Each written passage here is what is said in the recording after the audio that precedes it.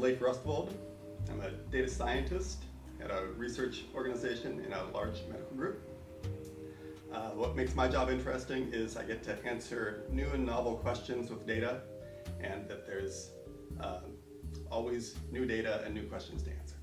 My name is Nikki Olson, and I work at a research center in a large hospital system. And what makes my job interesting is working with a bunch of different people with different backgrounds. We can all work collaboratively to understand how to answer difficult questions and do things more efficiently and effectively to help our communities. Previous 19 years was in finance, so I'm new to this part, and it's actually very interesting in the sense that it does have direct impacts in the communities around us, and I'm excited to make those impacts. Hi, my name is Chawla Wong, and what makes my job interesting is that I actually have a degree in biomedical informatics with a clinical informatics focus, and I feel like this is a job where I am able to reap the benefits of my experience in education. My background is in statistics and bioinformatics. I have a 15-year career focused in computationally intensive modeling of biological and medical data. Now that's focused on, in the bioinformatic realm, on large data sets from mass spectrometry, and then more recently in more focus in public health and actionable information about what's happening in the health system. Presently focused first in large surveys and population health studies, and now increasingly in claims analysis and large medical data sets. After a long stint in the basic sciences in a behavioral neuroscience lab, I decided to make the transition to medical informatics. This was driven by an interest in cognitive psychology, which I had a bachelor's in. I spent a number of years in the public health arena working as a medical informaticist in the maternal and child health section, and decided to take my skills more into the nonprofit sector. I'm probably the most removed from the initial profession. I actually started in information technologies. I was developing, new computer systems as well as new software and data architectures for that. Again, I was so focused mostly in information systems for large financial corporations. I guess I got tired of large corporations and wanted to have a more impact on people's lives directly rather than indirectly, maybe adversely affecting them. So that's been my focus. I've just been excited to be here and to be learning about new ways to make an impact. With the state organization, it was a good start. I did develop some things that actually did have an impact, people getting coverage to care and things of that nature, and I could see the tangible effects. My background is in research science, particularly in the field of sociology, focused largely on understanding how people's lives and the experiences that they have are related to their health, and then how the different policies and systems that we set up impact that as well.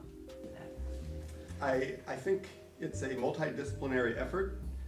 Computational skills are very important, the ability to organize and analyze data and the tools to do that. But at the same time, the analytical thinking and the knowledge about the data that you're working with are crucially important. So the ability to build the skills to work with that information and then have the knowledge to really exploit it for the kind of answers it can offer. More directly, making the transition from an IT background to this is that there is a great deal to learn that's a little different.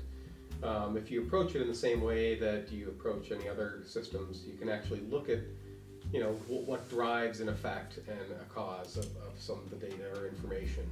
So you can actually see some of that having any kind of background to become in. There's a great deal of learning, though, as to the way the data is organized and it's handled, and there's typically a great deal more amount of data that you have to look at and weed through. And it's not always clean, so there is some of the interpretive skills, or as Leif said, the analytic skills to kind of see something and say that this doesn't belong, it maybe belongs somewhere else. It does have a big impact. And it's a big transition, but it certainly is interesting. Building off of that, I would say that there's a truism that is passed around the informatics program where I got my degree, and that technology is actually the easier part of that equation, and that understanding the organizational constraints, understanding the personnel involved, and most importantly, understanding the context from which data comes from is a very key part of the problem, and that context is crucial for understanding the implications of that data. And in that regard, learning some anthropological skills or learning some people skills and investigative interviewing skills is very, very helpful. And just to build off of what they're saying, and this is the idea right here, is building off of our different backgrounds, and that's the central focus of what we do, is that really we're approaching an era where it really does take the depth that different disciplines bring in order to solve the new problems. So if we try to have a shallow understanding of all of them, or just a siloed deep understanding of one, we're not actually going to get to the next level. So that's what I would say, is that try to find opportunities in your learning where you're touching into other subjects so you can understand what would be leveraged from those viewpoints. I think that negotiation and mediation skills would have been served me at my former job. I think that when I went into this job was the first job out of school, that we encountered a surprising amount of resistance and a lot of people entrenched in the old way of doing things. Not at this current job, this dude's great. But at my old job, people were slightly resistant to healthcare information and were frankly scared of new technologies. And so negotiation and mediation skills would have served me well in my education. We had a lot of training in interpreting and communicating stuff, but I still think that overcoming the politics that come with introducing new systems would have been helpful. I would build on that. I think this was a part of my background, but I would just emphasize its use is really understanding technical writing and communication skills, because the ability to be precise and clear about the decisions you've made when you're communicating information is really critical to the accurate interpretation of it. And I do find that technical writing skills or ways of kind of notating what you've done are really powerful and a straightforward thing to be able to learn. So I think that kind of goes hand in hand with what Chow said, in that trying to communicate with others and in new ways, the ability to document that is really critical. I think I never realized how much there's a tendency to think that the data speaks for itself, and that you just have to bring the information out of it that you require, but we really speak for the data, and we have to say how the data answers the questions that are important today. And as building on what Chow had mentioned, understanding how the data came to be is just as important as understanding how to get answers out of it, for knowing what it can tell you and how it can tell you it. A lot of what they've been saying is very accurate. I mean, you need to have the negotiation skills, because it's not just even your cohorts or people when you've written a paper or something on the information and said, here's what I can see. You also need to negotiate trying to get the data and trying to get that understanding. And there's a great deal more to getting accurate information out of the system, whether it's from, claims analytics, or if it's surveys or other kinds of data that you can be using to help judge where we're going in our health as a society. It's very important to get good and accurate data. And I have something to that, because I like where we're going with this. It's helping me think.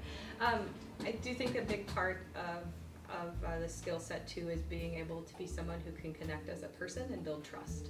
And a lot of the way that people think about data, often it causes a lot of anxiety, it causes a lot of discomfort, and having the ability to speak to where the data came from, your deeper understanding of what it means, and that you know how to use it or not use it properly, and build bridges with people who are data experts on that particular source, really allows for people to be more comfortable with what's being done and to trust in the interpretation of it.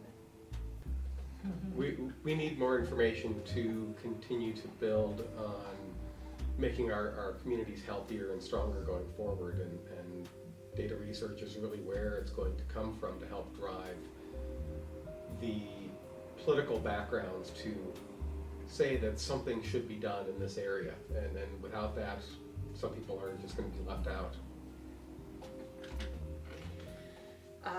Technology is expensive, cutting edge technology is expensive, and sometimes the different organizations that might be trying really hard to answer difficult questions don't necessarily have the right funding to be able to leverage some of those things. So I think there's some more work that can be done to bring people who have the passion and knowledge for what these sort of good for our health community questions would be, and bringing the right tools to the organizations or groups that are trying to do it.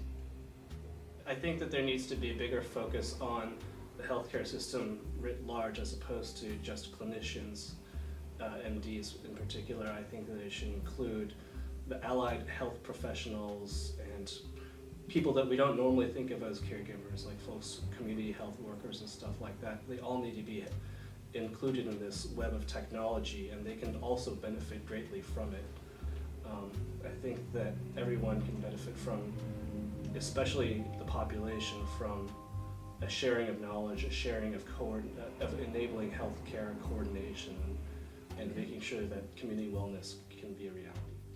I would say that technical skills are important, but curiosity, innovation, creativity are key elements in understanding how to ask the right questions and finding ways to answer them.